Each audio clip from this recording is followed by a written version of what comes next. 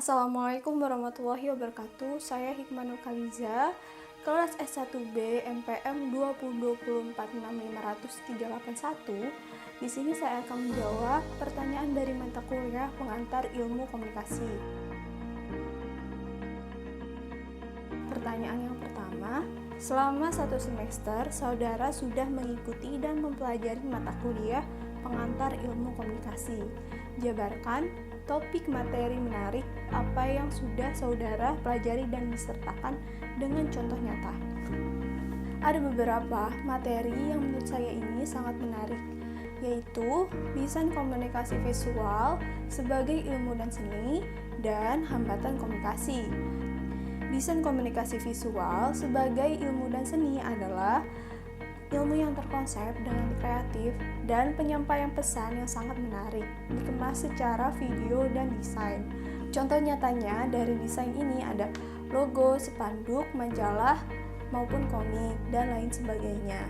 Contoh nyata dari video ada animasi, motion graphic, iklan layanan masyarakat, iklan komersial, dan lain sebagainya. Nah, yang kedua adalah hambatan komunikasi. Hambatan komunikasi ini adalah mempersulit dalam penyampaian pesan dan mempersulit akan pemahaman bagi si komunikan. Hambatan komunikasi ini ada dua. Yang pertama adalah hambatan objektif dan yang kedua ini adalah hambatan subjektif. Nah, hambatan objektif ini adalah hambatan yang tidak dibuat-buat, namun hambatan yang subjektif ini adalah hambatan yang dibuat-buat. Contoh dari hambatan objektif ini adalah seperti orang sakit atau cuaca. Nah, contoh dari hambatan subjektif ini adalah iri hati, dendam, maupun prasangka buruk. Contoh nyatanya seperti hambatan objektif, misal saya dan teman-teman saya sudah berencana esok hari akan pergi atau piknik. Tepat keesokan harinya, tiba-tiba cuaca tidak mendukung atau hujan lebat. Sementara contoh dari hambatan subjektif adalah seseorang yang iri hati akan orang yang lebih unggul darinya. Pertanyaan yang kedua, jabarkan secara lengkap unsur komunikasi berikut. Komunikator ini adalah seseorang yang menyampaikan pesan atau informasi kepada komunikan. Biasanya komunikator ini disebut sebagai pembicara. Komunikan ini berbeda dengan komunikator. Komunikan ini adalah seseorang yang menerima pesan dari si komunikator. Yang ketiga ada pesan. Pesan adalah suatu informasi berupa tulisan maupun lisan. Pesan ini yang akan disampaikan oleh komunikator kepada si komunikan. Nah, yang keempat ini ada media. Media adalah jembatan untuk menyampaikan pesan atau informasi dari si komunikator ke komunikan. Media ini sendiri caranya tentu sangat berbeda. Bisa lewat internet, koran, majalah, dan sebagainya. Efek komunikasi adalah suatu informasi yang disampaikan oleh komunikator dan si komunikan ini merasa terpengaruh akan informasi tersebut. Ada beberapa efek yang dihasilkan oleh si komunikan, yakni efek kognisi, efek konasi, dan efek psikomotorik. Efek kognisi ini adalah efek yang ditimbulkan dari si komunikan itu sendiri. Nah, efeknya ini seperti ia mendapatkan materi baru yang sebelumnya ia tidak tahu. Efek konasi ini adalah efek yang mempengaruhi si komunikan, seperti ia merasa kesal akan informasi tersebut. Efek psikomotorik ini adalah efek yang ditimbulkan oleh si komunikan, seperti ia akan bertindak apa yang disampaikan oleh si komunikator. Nah, pertanyaan yang ketiga, apa yang saudara pahami terkait hambatan komunikasi? Kaitkan hambatan komunikasi dengan kegiatan belajar daring yang sudah saudara lalui dalam semester ini. Hambatan komunikasi adalah hambatan yang menghambat antara komunikator dan komunikan. Mungkin hambatan ini akan terjadi di setiap situasi.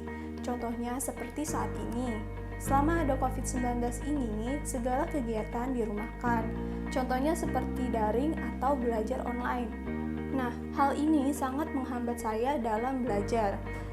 Hambatan yang saya rasakan yaitu seperti yang saya alami adalah sulit memahami materi. Nah, dalam hal ini saya saya kurang memahami materi yang disampaikan oleh dosen. Akibat sinyal atau internet mengalami gangguan sehingga saya sulit memahami materi yang disampaikan oleh dosen secara Zoom atau Google Meet, dan lingkungan saya yang kurang kondusif. Nah, yang kedua ini ada sulit berkonsentrasi, tidak fokus karena lingkungan rumah saya yang kurang kondusif. Seharusnya pembelajaran dilakukan secara tatap muka. Karena ada pandemi, mahasiswa harus belajar di rumah. Masih banyak lagi kendala yang saya hadapi selama belajar daring ini. Namun, apapun hambatan yang dihadapi, semoga pandemi ini cepat berakhir dan kita semua bisa belajar secara tatap muka. Sulitnya menyimak suatu materi dan kurangnya konsentrasi, dan juga adanya miskom antara teman ke teman dan mahasiswa ke dosen ataupun dosen ke mahasiswa. Ada pula hambatan yang saya rasakan seperti jaringan internet ataupun kuota internet. Pertanyaan yang keempat, jabarkan rancangan pesan pada karya yang sudah dibuat dari tugas individu dengan dikaitkan ke komunikasi, komunikator, komunikan, pesan, dan alasan pemilihan karya.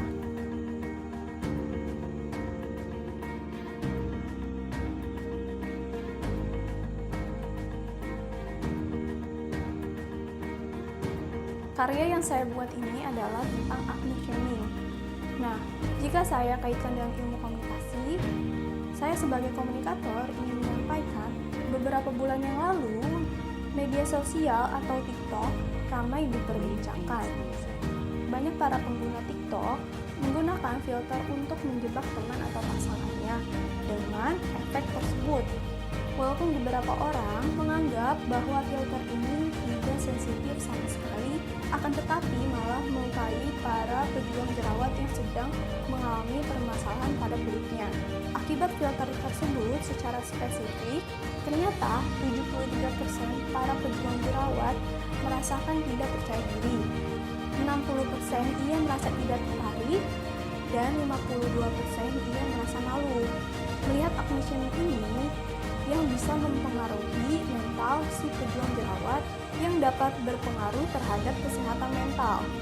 Alasan saya memilih karya ini, seharusnya isu ini menjadi perbincangan yang umum dan kita bisa lebih menghargai dan dapat menyikapi masalah jerawat ini yang lebih bijaksana. Sekian jawaban saya untuk mata kuliah pengantar ilmu komunikasi. Kurang lebihnya mohon maaf. Wassalamualaikum warahmatullahi wabarakatuh.